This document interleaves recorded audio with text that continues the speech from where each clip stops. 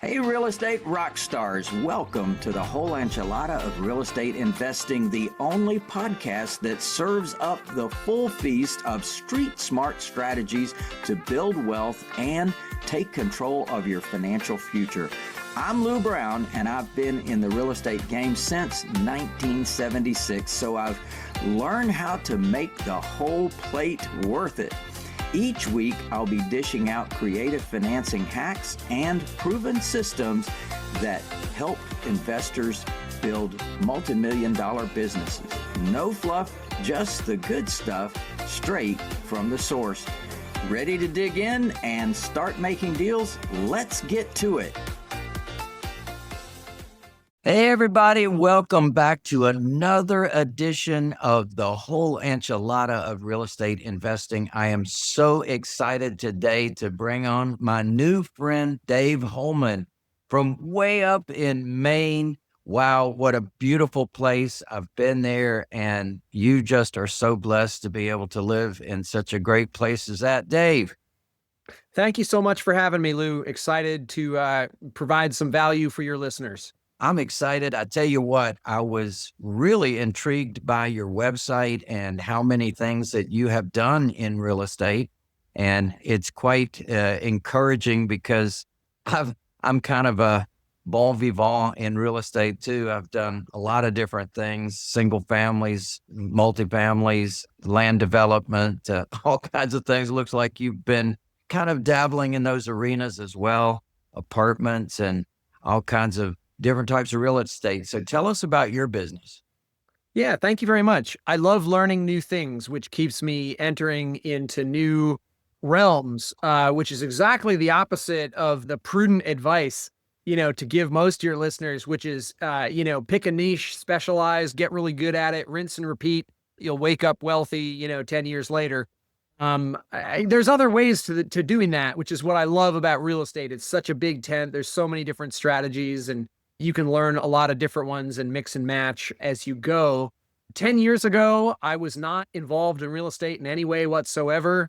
Today, I own and manage about 360 units, about half commercial, half residential, run a property management company with 14 employees, and I do syndications, which have been historic rehab buildings in the past, and now I'm doing new construction, green buildings and developments from the ground up, and still doing some of the historic rehab. So I wear a bunch of different hats of, syndicator, developer, property manager, and I'm a realtor with 3 agents on my team as well that do residential and commercial. Yeah, just in case I wasn't, busy. Just in case you were busy enough, my friend. Just in I know case it. you were busy enough, you got that too.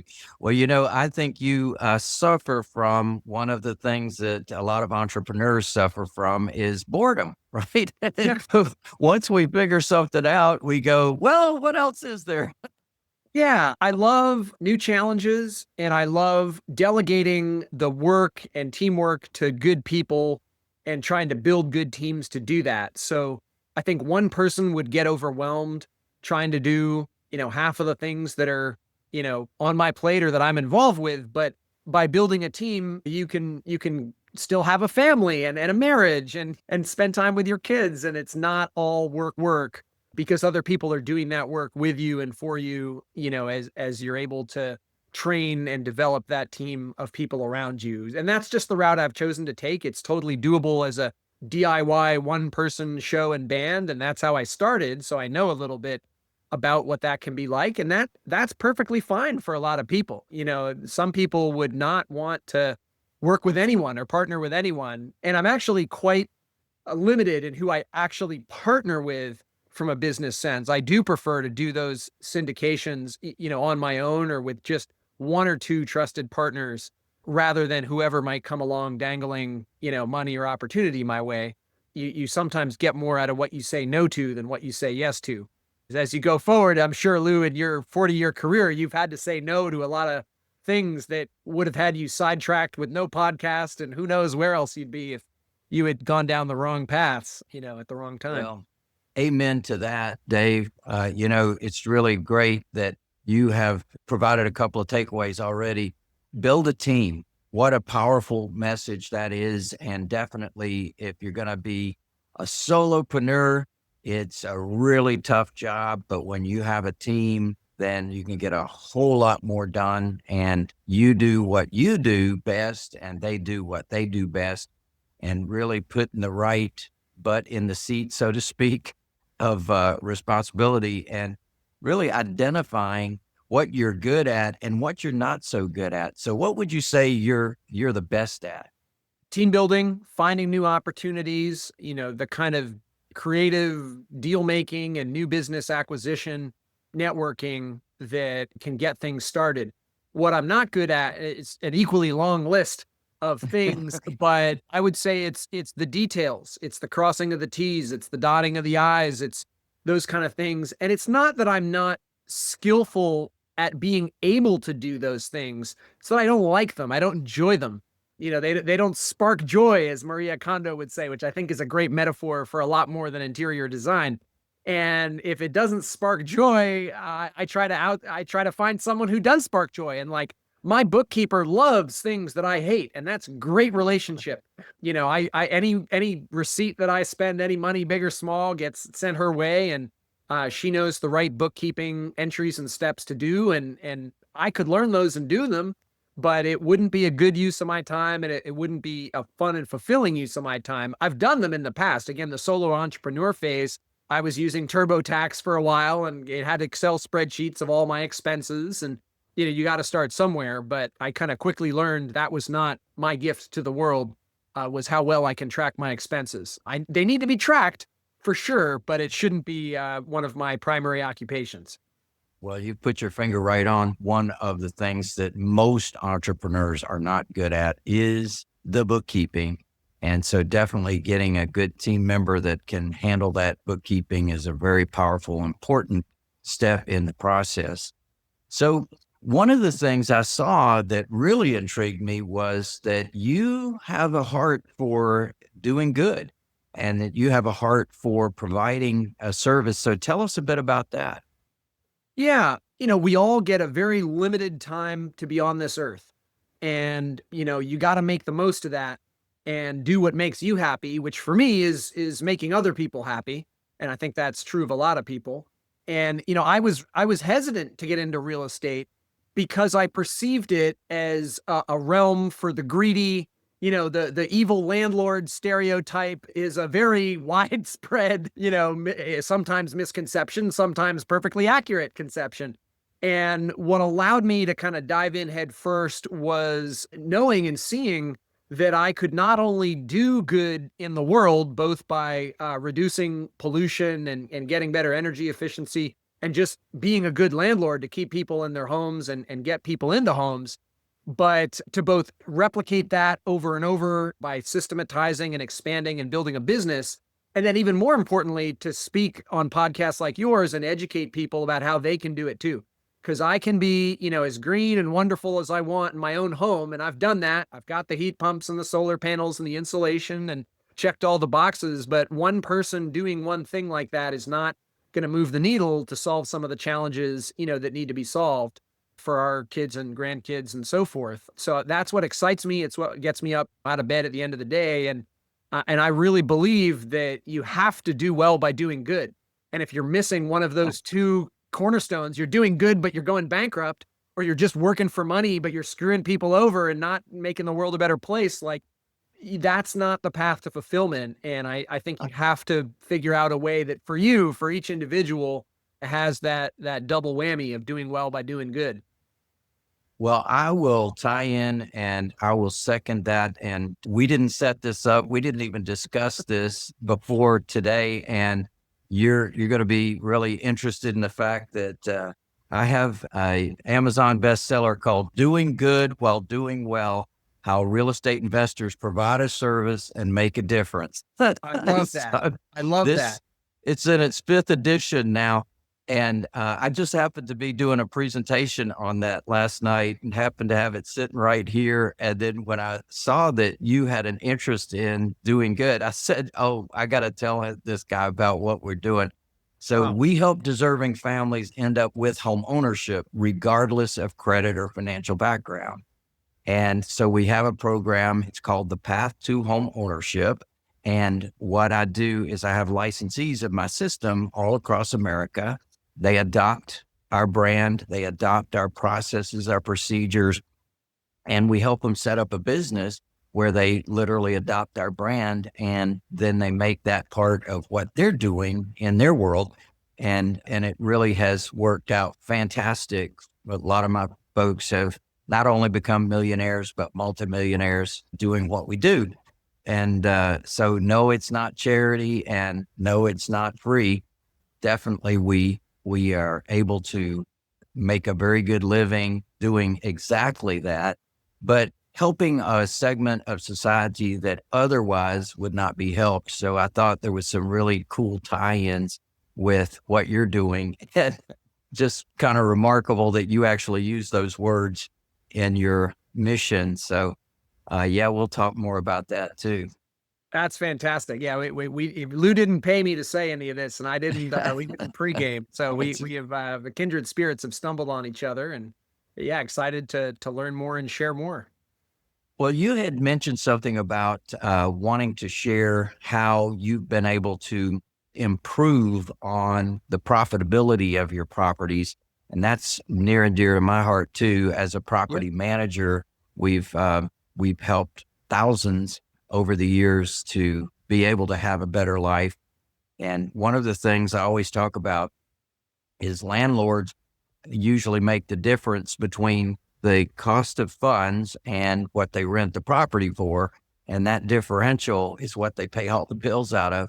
And, hopefully there's a profit beyond that. And what we developed is 25 profit centers over and above that normal landlord amount. And you have some, I think, in what you're doing. What are you doing to improve your profitability? Yeah, it's a great question. A big one is when we have the heating bill, we either try to get rid of it entirely or we minimize it. And I live in the Northeast. There's a big heating bill in the winter, and now there's a big cooling bill in the summer. It didn't used to be that way, but it's October 5th. It should be, chilly and breezy, and it's like 75 with shorts and a t-shirt with people with the AC on here in Maine. So times are a-changing, and that is what it is. We have to adapt. One of the biggest things, if the landlord has the heating bill, and in many multifamily properties, it's just set up that way, where your HVAC system is centralized, and you might have 4 or 6, 10 units, however many units you have. And a lot of buildings were built quickly and cheaply and not well insulated, and you can basically be rest assured that anything built before 1990 was not well insulated by today's standards. And that insulation, especially up in the attic, because as we all know, heat rises, can save you a ton of money. I mean, I have seen heating bills cut by 30 to 50% from better insulation, and that's thousands of dollars a year. And as we know, every $1,000 of profit that you can make a year might be 10, 20 more thousand in value of your building that you just created. What I love about insulation is that it's inert, it's passive, it's a one-time upfront capital investment that's not that expensive usually, and you're just being efficient. We business people, I have an MBA, we love efficiency. And that is what it's all about. It's like, why are you wasting all these, BTUs, whether it's therms of natural gas or gallons of heating fuel or even electricity, to just blow your hot air right out into the cold environment through holes in the envelope of the building or for poor insulation in the attic when the landlord's paying the heating bill. So that's a really big one. I think that one is very easy for everyone to get behind. And a lot of states have incentives to do insulation. Ours does. You can get money back. There's federal tax credits for it that are expiring in December. But hurry up, what almost go. And they'll probably be back. These things come and go, in different ways. But regardless, without any government help, in many cases, if you're in a climate that has extreme heat or cold, focusing on the insulation of your building is going to help because it'll keep the heat or coolness in the units, not flowing up or down out of the building. And then the other thing that I like to do is in centralized historic situations where, the landlord is paying one big heating bill for 4, 6, 8, 10 tenants, go in and make a capital investment, with a construction capital right up front to give them heat pumps, which is the new, technology that comes out, 70% of Norway is now on heat pumps. It's coming to a town and city near you, because they really are a very efficient way to create, heating or cooling compared to, the old methods that we've used.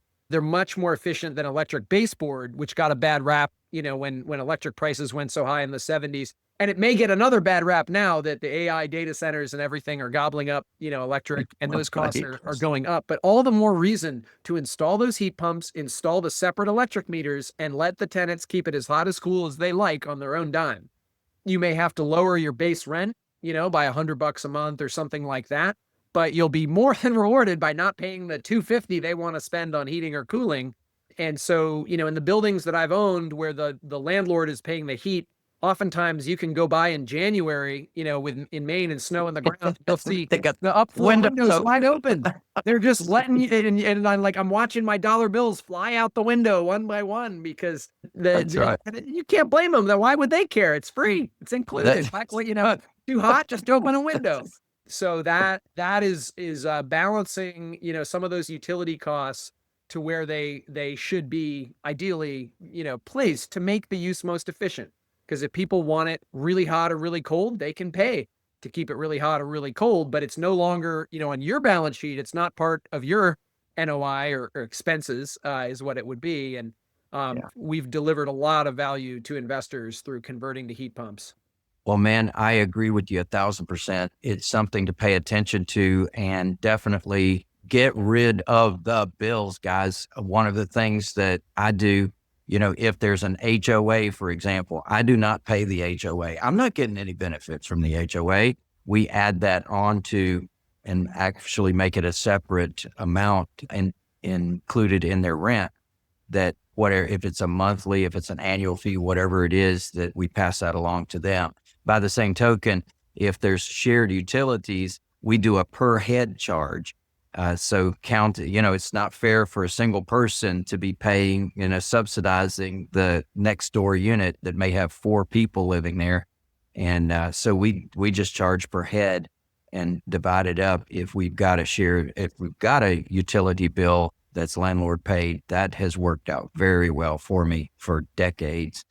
If the separate metering, that's a whole other thing, and expense and all that sort of thing that can be avoided simply by billing. So it's an idea that you might be able to use. So tell me your best secret on acquiring properties. I learned it in 7th grade. My teacher was a great maverick named Tom Hirth, and he taught us in 7th grade, it's not what you know, it's who you know. And that's my secret. That's the whole secret. It's who you know. And I think there's all kinds of strategies. You can mail, you can cold call, you can do all kinds of things to market. You can do it online, digitally, and so forth. And all those are valid. I don't discredit any of them. For me, what's worked well for me is just networking and being in the communities that I like to invest in, and letting people know that I'm looking for deals, and I'm happy to reward the people that bring them to me. And that more importantly than that, I'm someone who will close on what they commit to closing on for the price and terms that they commit to, and they can trust me to do a deal with me. And that to me is worth much more than any single deal that I've gotten. And it's why I get some really great opportunities. I'm looking at one now that would just be an A+ location, on a main street of a downtown that you can't make more than a location. And it's entirely because of my reputation and my relationships in the community that I work in. And that's just my way of doing business. I mean, I could be doing remote investing across the country and mailing out things and so forth, and I might find good off-market deals that way. Another secret that is kind of funny, Lou, that people don't believe sometimes, some of my best deals have languished on the MLS for years. They have absolutely been the stinkers of the MLS that have just been there for like 600 days, 800 days, and it's funny because as soon as something is there for more than, I don't know, a couple months, it's kind of stigmatized of, well, it can't possibly be a good deal because everyone must have looked at it and therefore I shouldn't bother and blah, blah, blah. And Yeah, that's true plenty of times, but there's other times where where things have changed, or you might see something someone else hasn't seen, or the seller might be way more motivated in year 2. Something changed in their family dynamic. Who knows? But I have gotten phenomenal deals for a fraction of the asking price at times from things that were just on the market and had been passed over, yesterday's lunch. And that's another secret, that you shouldn't just ignore things that have been there. And there's kind of like two types of good deal. There's the ones that hit the market and you got to seize it quickly. And I've had those too, where it's like, oh my gosh, this is mispriced. I got to nab it right away before someone else gets it. And you have to jump on those. And that speaks to preparation, is you have to know what you need, know what you want, be ready to go after it, and have that earnest money and everything you need ready to go to be aggressive in getting a good deal. Or conversely, you let it sit for long enough that their motivation just completely changes, and you can come in, and I've gotten, great deals that way by just waiting and then saying, well, maybe there is a way we can make this work. Let's just talk creatively and see if there's things that are important to you. Okay, you care about a certain price. Well, would you do seller financing? And can we get terms that would allow me to pay that price? Because the price is just kind of it's just one of many numbers in the equation, as you know, and your students and listeners know.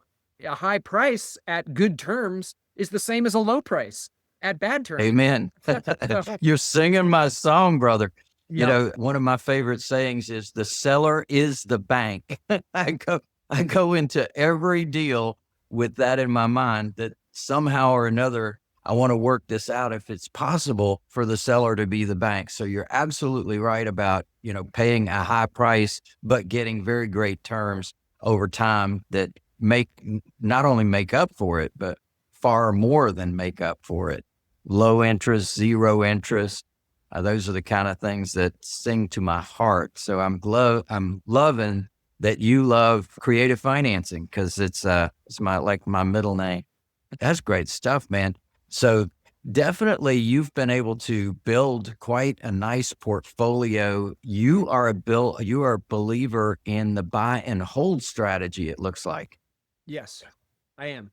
I'm like a podcast junkie. I listen to a lot of shows, yours included. And there's always, every now and then you get like what's your biggest regret? They ask the veteran real estate investors, and almost invariably their biggest regret is having sold something that they wish they still had. And they sold it for a fraction of what it's worth today. And they're kicking themselves because they sold it for 10 times less than it's worth now. And, it's just, and I took that to heart. And I think that it's not the only strategy, and it's not even what I'm exclusively doing. I'm selling certain things for certain reasons, but I do like buy and hold because it meets the KISS rule. It's simple. Keep it simple, stupid. Is if you're constantly churning and changing, and I just have to 1031 every day of the week and flip and wholesale, it's a lot of work, and it becomes a real job, and you're trading your time for money. I'm trying to focus on long-term, value add ownership, where we're harvesting depreciation and tax losses. We're adding value through good management, and we are selling every 5 years through a refinance. And we're selling about, 70 to 80% of the equity back to the bank, basically. And so that way, there's no tax implication to that sale, where we might have gone down to 40 or 50% LTV in those 5 years, especially the last 5 years that elapsed when values went up, astronomically in most cases. That won't be the case all the time. And already I think the refinance strategy is less impactful at 6 or 7% than it was at, 3 and 4. But it can work. It can work really well. And it saves you the, 20 to 30% capital gains tax, or the fire sale necessity of 1031ing, which can happen. And that can be a blessing and a curse. You can do great things with a 1031, but you can also lose a lot of the efficiencies and familiarity and managerial convenience that you've built up by knowing all the tenants, fixing all the problems, having a great operating property. I mean, just for that FOMO of wanting more, you're suddenly starting all over again from scratch. And you might, like, I'm a broker and they all come to me, and you know what 1031 means? It means, hey, I've got like a dummy who's going to overpay. It's like dumb money. Here you go. Quick. It needs to find a home. I don't, like, they're not going to be hard bargainers in most cases. I apologize. And I just did a 1031, so I'm the dumb money too sometimes. But, it's I will teach you, my friend, how you can stop doing 1031s. I've got a whole other conversation I can have with you to teach you that. But definitely, it is very, very interesting how you've been able to think through that very thing. You are after my own heart over that conversation, because basically, if you know the building, you know the people, and it's a good asset, it's a good location, there's no good reason to sell it. And so I definitely agree with that. And I look for other ways that I can acquire the new property with private money, because that's all I do is either private money or the seller is the bank. So I don't really have that go to the bank and qualify for a loan aspect. Now, I help my clients, my buyers, go to the bank and qualify for loans, but I don't do it myself.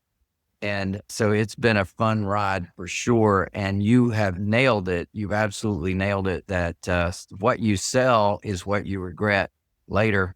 We don't subscribe to that in the single family world, because we're actually looking for our buyers to end up with home ownership and for us to have the opportunity to be the bank for them for the next 40 years. So we provide owner financing to our buyers, and 40-year financing with 3 points.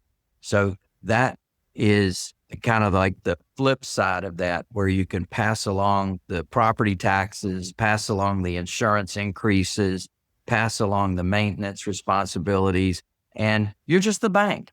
And that's got its place too. And there's a lot to be said for that. I feel like there's phases to a real estate investor's career and trajectory. And that's sort of like the golden final phase in some cases, or one that is truly more passive than what I'm doing, which is quite active, still. So it's part of what I love about real estate. There's so many different strategies, and ways to do it. And I'm starting to explore, some of those. My most recent offering, it was so oversubscribed that I actually started thinking, gee, could we just buy this in cash? Just by sending out the raise, which was supposed to be for 25% of the equity, we got offered like 65. And I either have to turn away a lot of money here or figure out, is the bank really the right way to go? Well, it's a whole lot easier to get a 35% loan than it is a 65% loan, right? Oh, yeah. Either way, you win. In a current deal, the seller is doing very advantageous seller financing, where they've agreed to just give me the balance of whatever funds they get at closing, which we've estimated, in this deal, it's about $500,000. They're not going to take any payments for 2 years. Wow. So it's not interest only, it's no payments only for 2 years. And then we start interest only for 5 years after that at a good interest rate. But that helps get a deal done. And that helps a bank then give us phenomenal terms. We're getting a 30-year amortization, on a commercial, like construction, historic rehab kind of project, which I would never usually get more than 25. But again, it helps the cash flow. It gives us very good terms in other ways. Oh, wow. That is so interesting, and definitely something that we love. When we can stay out of the bank, it's the perfect thing to do. That's what we call a street smart deal. That's the name of my company, is Street Smart. We've been in business since 1992, and we actually name those kind of deals. Yeah. That's what we call a street smart deal. So congratulations on that for sure. Thank you. Yeah, man, you have just wowed us today, Dave. Well, first of all, my son's name is David, so I'll never forget your name. And you have blown us away. Tell us a little bit about your family. Yeah. I have a 9-year-old daughter, 7-year-old son, 2 goats, a turkey, a duck, 2 chickens, 3 cats, and a dog. So, and a wife too, probably. Yeah, she's crazy enough to still hang out with me. We've been together 20 years now, and they're really my top priority. Making money, doing real estate deals is number 2. And I think for any investors that flip that ratio for long, you're going to be single. And I think part of what I love about this business is the time flexibility that financial independence and running your own business gives you to try to be there as a parent. But there's 2 sides of the coin. There's times when hey, I need to go do this showing on a weekend because it's really important. My team members can't do it and I'm stepping up.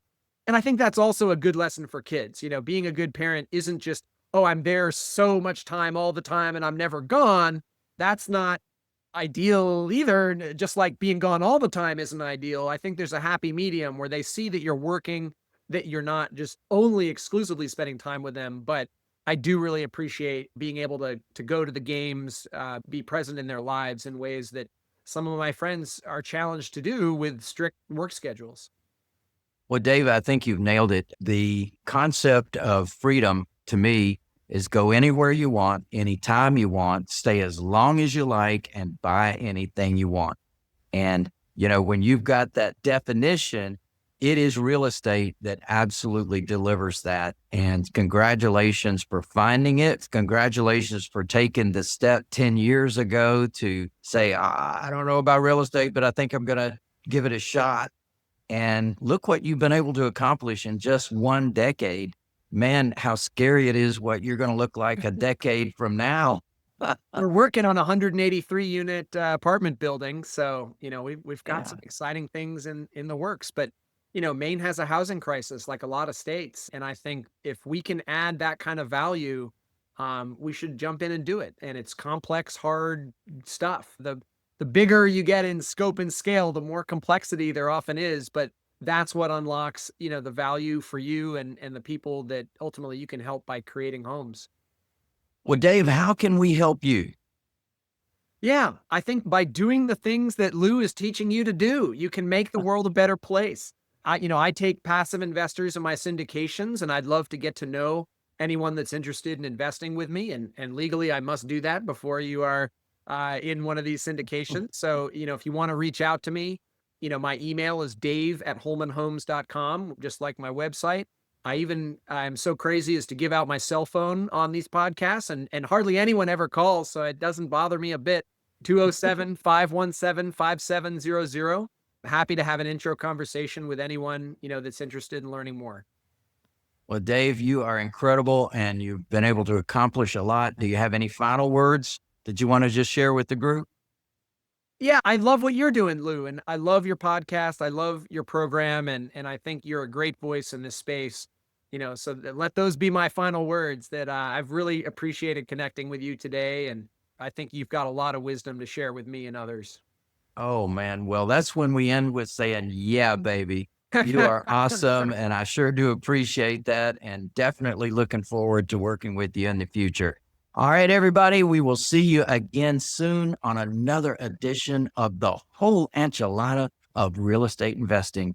Yeah, baby. See you soon. Thanks for tuning in to the whole enchilada of real estate investing. I hope you're feeling ready to take your investing game to the next level. If you're serious about building wealth, you won't want to miss the Millionaire Jumpstart. It's a 3-day live event that's perfect for any level of investor.